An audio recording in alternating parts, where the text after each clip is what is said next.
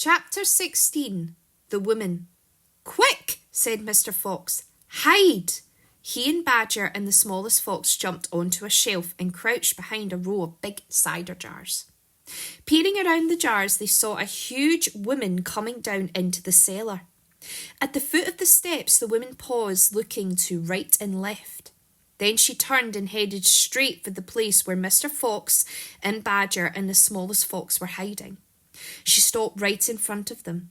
The only thing between her and them was a row of cider jars. She was so close, Mr. Fox could hear the sound of her breathing.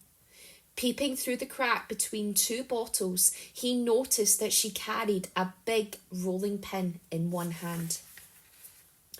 "How many will he want this time, Mrs. Bean?" the woman shouted. And from the top of the stairs, the other voice called back, "Bring up 2 or 3 jars.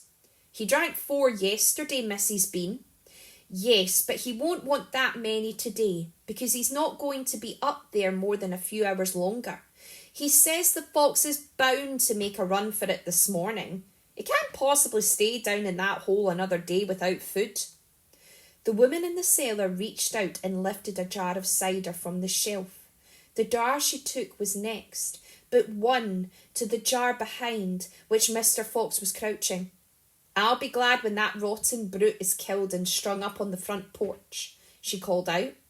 "And by the way, Mrs. Bean, your husband promised I could have the tail as a souvenir." "The tail's been all shot to pieces," said the voice from upstairs. "Didn't you know?" "You mean it's ruined?" "Of course it's ruined. They shot the tail but missed the fox." "Ah, heck," said the big woman. "I did so want that tail." "You can have the head instead, Mabel. You can get it stuffed and hang it on your bedroom wall. Now hurry up with that cider."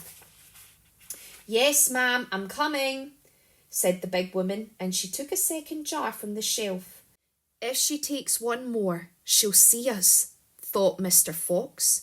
He could feel the smallest fox's body pressed tightly against his own, quivering with excitement. "Will 2 be enough, Mrs. Bean, or shall I take 3? "My goodness, Mabel, I don't care, so long as you get a move on." "Then 2 it is," said the huge woman, speaking to herself now. "He drinks too much anyway." Carrying a jar in each hand and with the rolling pin tucked under one arm, she walked away around across the cellar. At the foot of the steps she paused and looked round, sniffing the air. "There's rats down here again, Mrs. Bean, I can smell them." "Then poison them, woman, poison them. You know where the poison's kept." "Yes, ma'am," Mabel said. She climbed slowly out of sight, up the stairs. The door slammed. "Quick," said Mr. Fox, "grab a jar each and run for it." Rat stood on his high shelf and shrieked. "What did I tell you? You nearly got nabbed, didn't you? You nearly gave the game away. You keep out of here from now on. I don't want you around. This is my place." "You," said Mr. Fox, "are going to be poisoned." "Poppycock," said Rat. "I sit up here and watch her putting the stuff down. She'll never get me." Mr. Fox and Badger and the smallest fox ran across the cellar, clutching a gallon jar each. "Goodbye, Rat," they called out as they disappeared through the hole in the wall. "Thanks for the lovely cider." "Thieves!" shrieked Rat.